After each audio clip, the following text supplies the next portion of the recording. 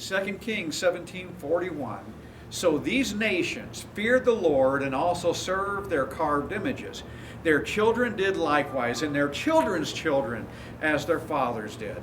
So they do to this day. You remember when you were in high school or even in college and you took chemistry or whatever, and they gave you these things and they said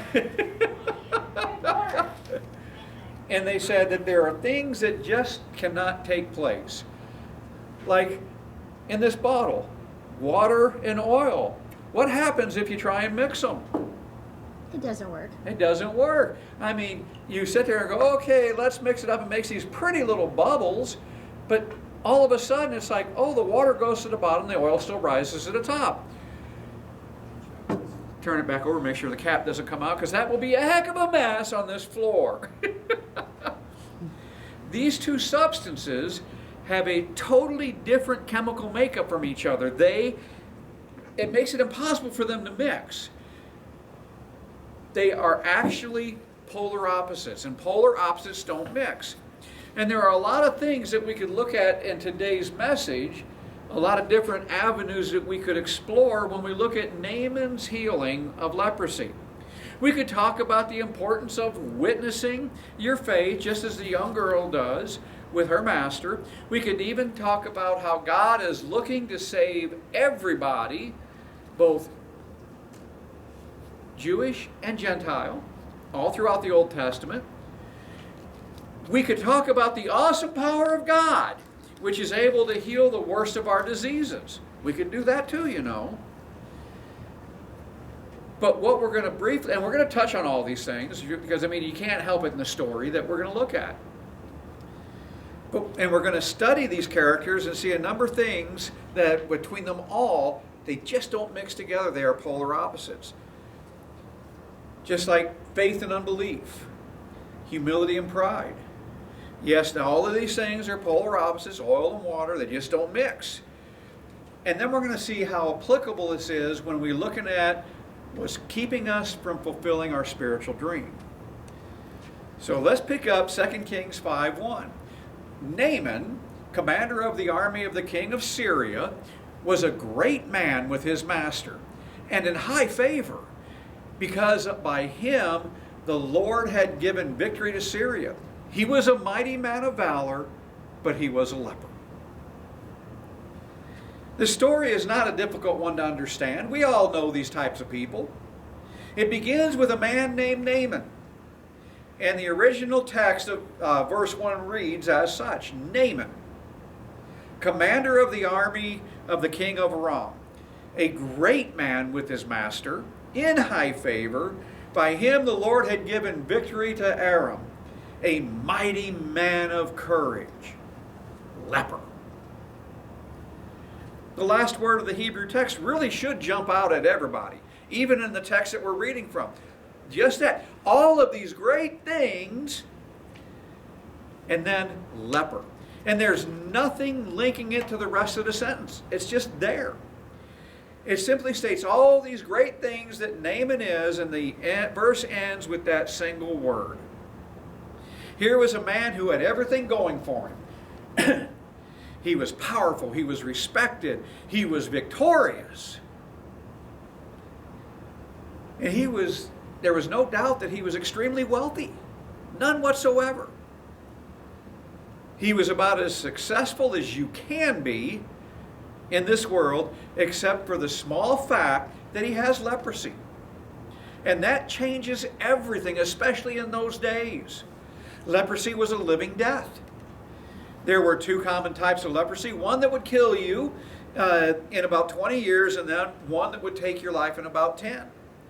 Naaman was in the early stages of whichever leprosy he had, and he knew what the end result was going to be. It was going to die. He was gradually seeing everything that he had accomplished thus far dissipating. Power was going to be his weakness. Honor was going to give way to shame, and this was an awful way to die. I mean, think about all the people that in the Old Testament that we actually read about that had leprosy. They were shunned. They were told, go live out the city. Nobody could get around them. And if they came within X amount of feet from anybody, they had to yell out, leper, stay away, stay away. 2 Kings 5, 2 and 3. Now the Syrians on one of their raids had carried off a little girl from the land of Israel, and she worked in the service of Naaman's wife. She said to her mistress, would that my Lord were with the prophet who is in Samaria. He would cure him of his leprosy. Well, the story's got to start somewhere, right? Here we got this little girl, this little servant girl. And without her, there would be no story. So let's find out as much as we can about this little girl. Verse 2 tells us that the Syrians invaded the land, and they took her. Now, we're not told whether they killed her dad, who killed her mom, or if they killed her dad and took her and her mom. I mean, women were very valuable in that sense for servants. Men you just couldn't trust. They get together and fight against you.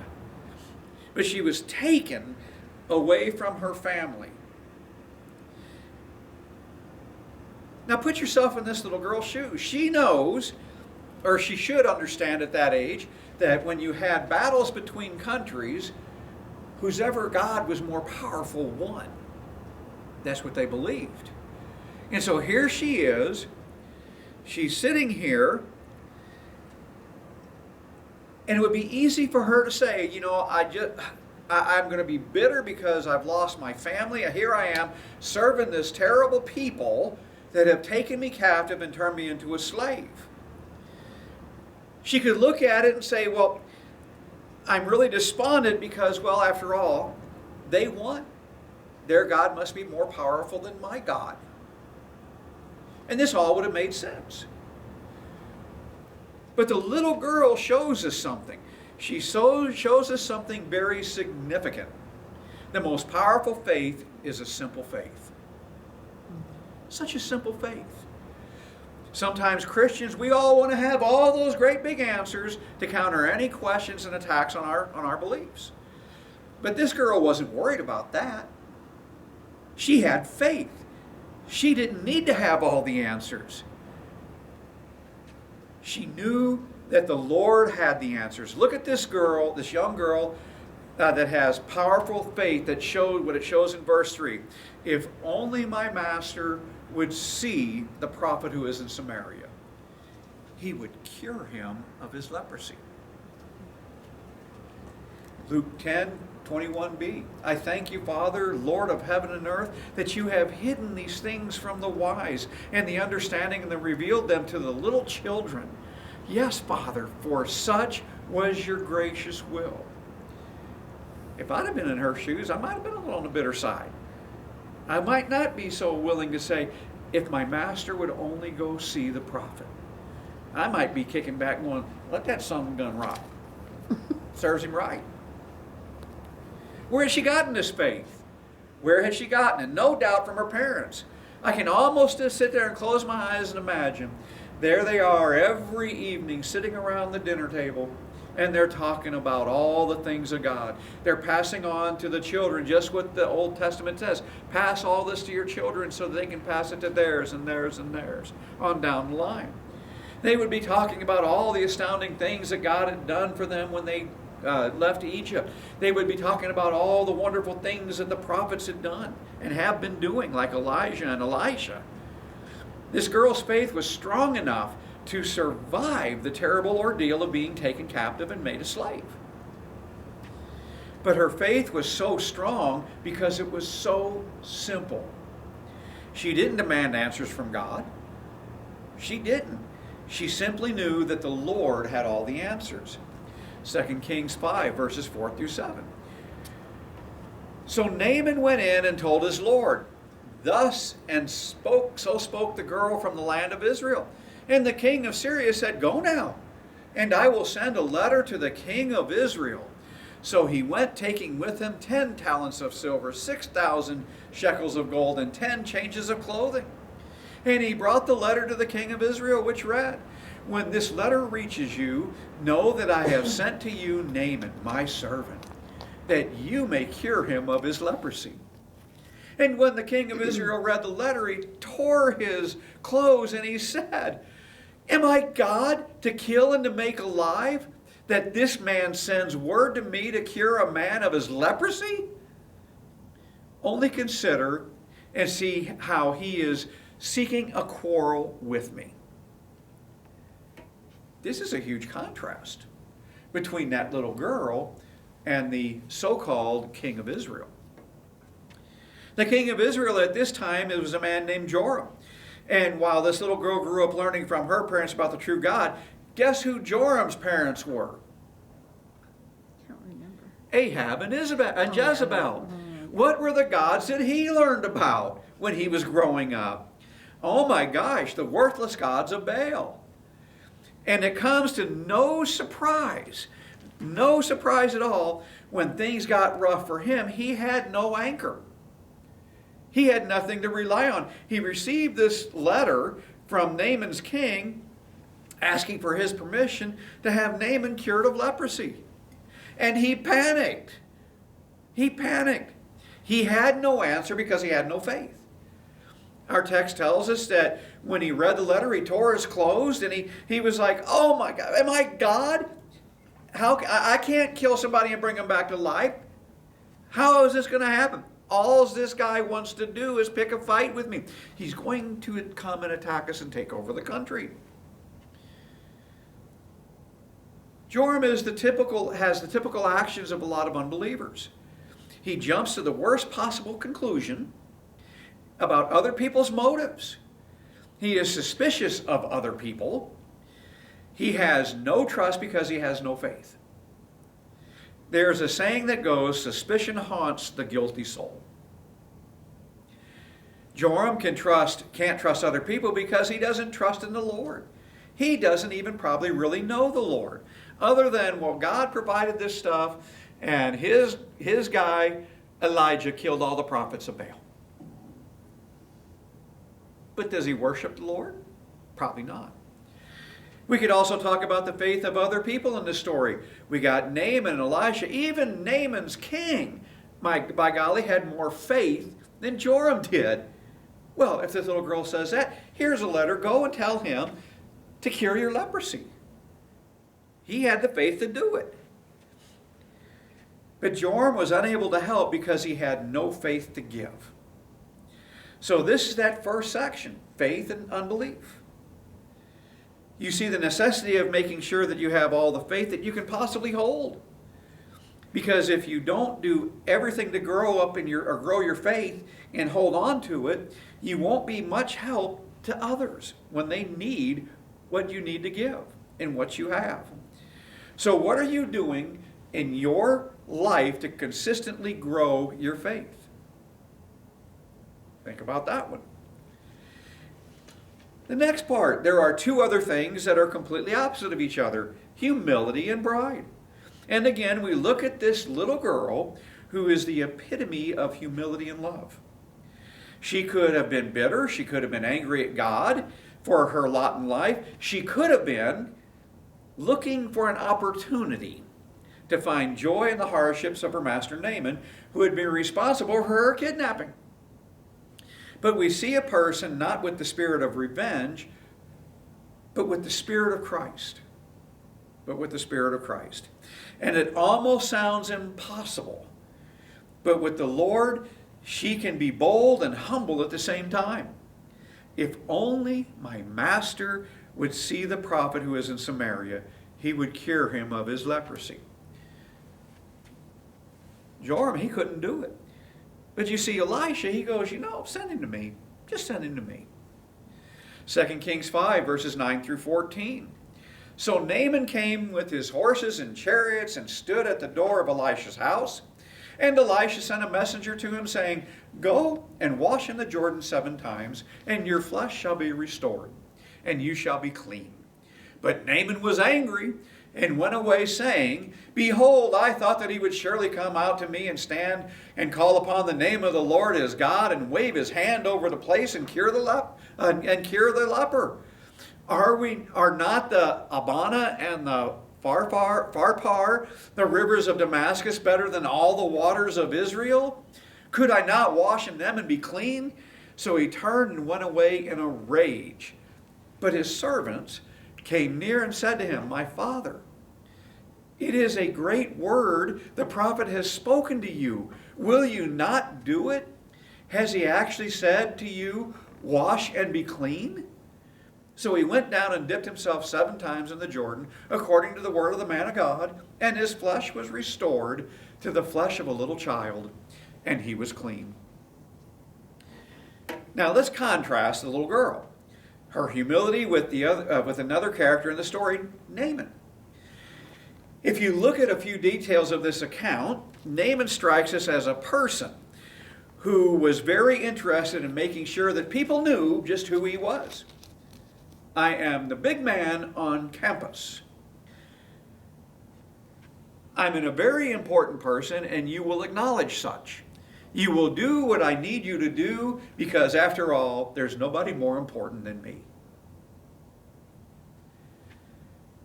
Look at the gift that he brings to make payment for being healed. 10 talents of silver, 6,000 shekels of gold. That's about 750 pounds of silver and 150 pounds of gold. Naaman's a guy who likes people to know, I am so important.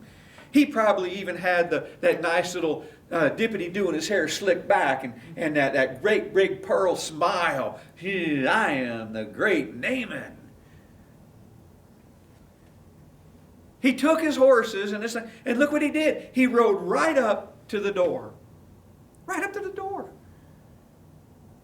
Didn't stand back at all. Didn't get off his horse and dismount. He rode right up to Elisha's door. Now, I don't know about you, but think about it. If we had somebody of great importance in this country that rode up in whatever, a bunch of limousines and stuff right outside the church and come and knocked on the door, that might be enough to impress you. It might be. If it was Trump, we'd all be really impressed. Wow, he knows where our church is.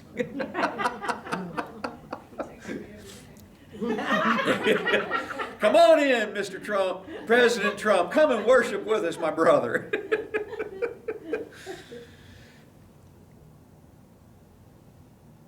But he's saying, you better take notice of me and honor me as I deserve. Before Naaman's leprosy could be healed, they needed to get rid of that pride. He had to get rid of it. And the prophet does it in a very clever way. You know, Elisha's no dummy. I mean, I was teasing Amy when I was talking about this story, because I would go, it was Elisha, not Sha. But Elisha, he was really smart in what he did. He just sends out a servant. You don't impress me at all. I mean, after all, I'm not a powerful person. I'm not powerful. I'm just a guy like you, like everybody else. It's God who's the important person. That's where the power comes from. And you know what? You're like me. You're nothing. You're not as powerful as you think you are. All of your power comes from the Lord. So Naaman is irate at this point at this effort to curb his pride. How dare him? I'm an important person. He could have at least come out, looked me in my face, said, let me see the mark of the leprosy, and go, ooh, boogie woogie, abracadabra, poof, it's gone. The Lord God heals you. And he didn't. He sends out the servant with this ridiculously simple task. Go dip yourself in the Jordan 7 times and you'll be clean. Naaman was looking for something really important to do. This grand spectacular. It's like Dave, when I was talking with him about it, he goes, yeah, he was sitting there thinking, well, go find the golden fleece. He'd have jumped right on that because it was something that was important. Mm-hmm. It was something that would have been up to his standards on what needed to be done. He wasn't just paying to be healed. He was being paid. He was paying to be treated in a high manner that he thought he deserved. And that pride and that arrogance almost caused him to throw away the gift of healing that was coming. It was only the intervention of the wise, humble servants, and that's how it usually is.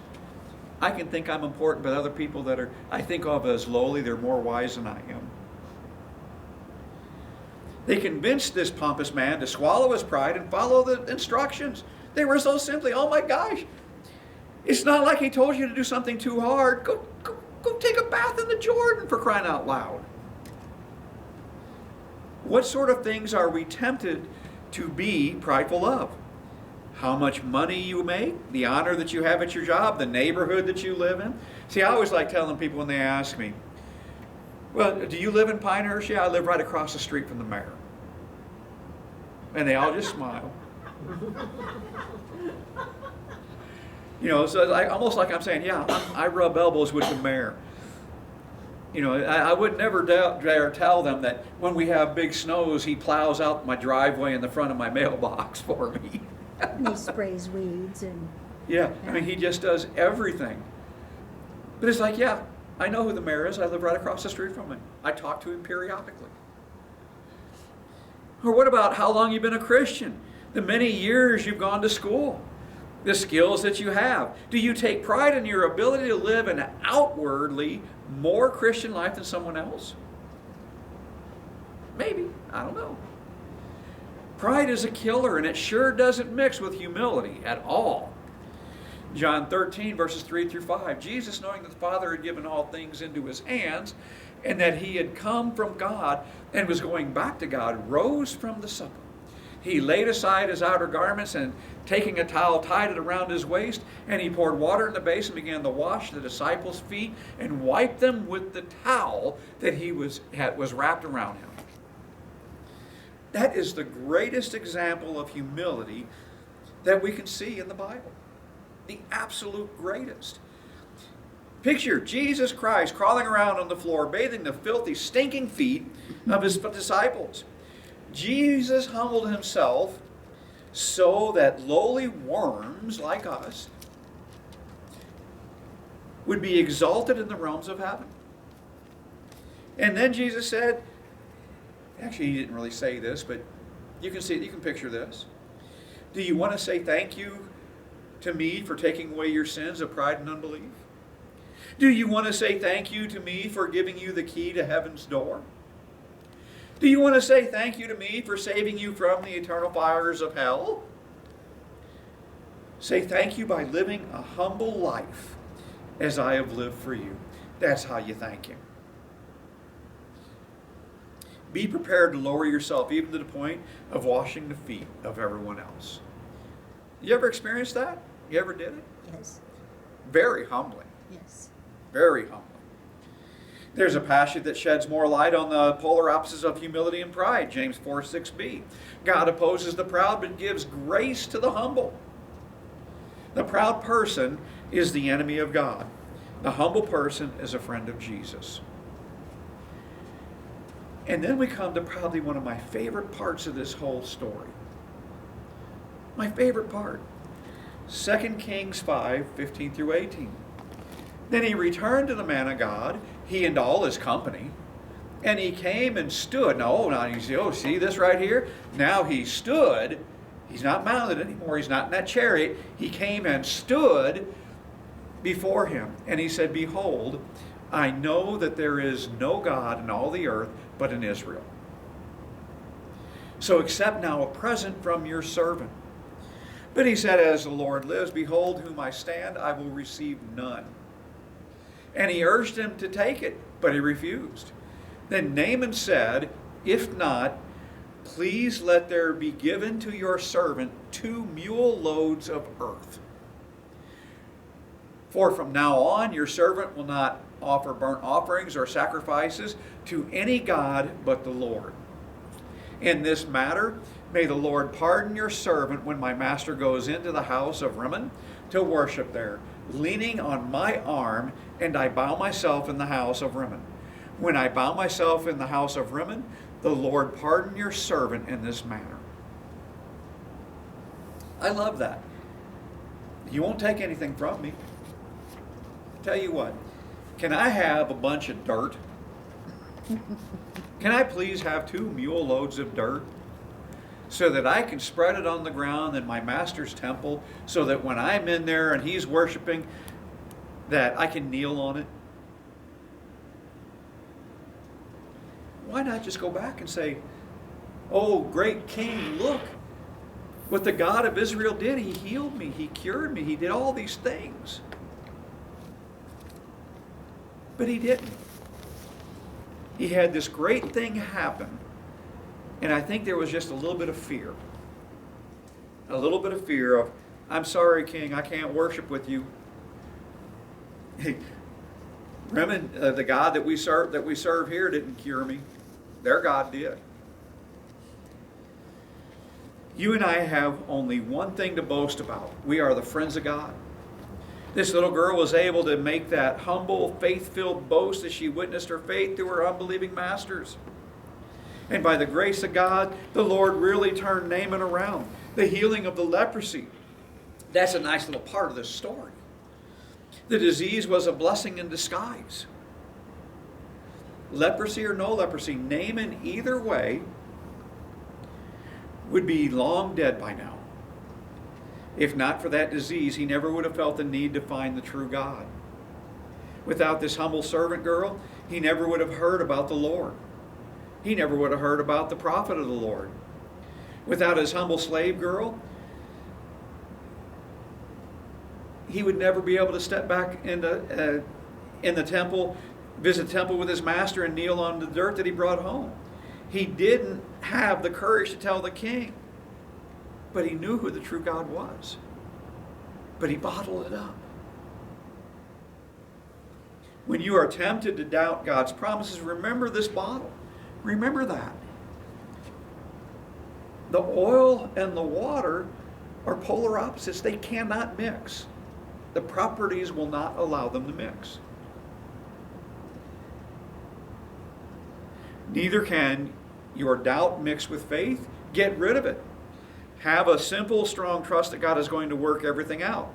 Remember that bottle when you are tempted to think of yourself as a more important person. Pride sure doesn't mix very well with humility. And thank Jesus that he has turned you from being a conceited unbeliever on your way to hell to a humbling Christian who has heaven to look forward to. I think these are the things that have a possibility of preventing us from achieving our spiritual dream. Let's go to prayer. Oh, heaven.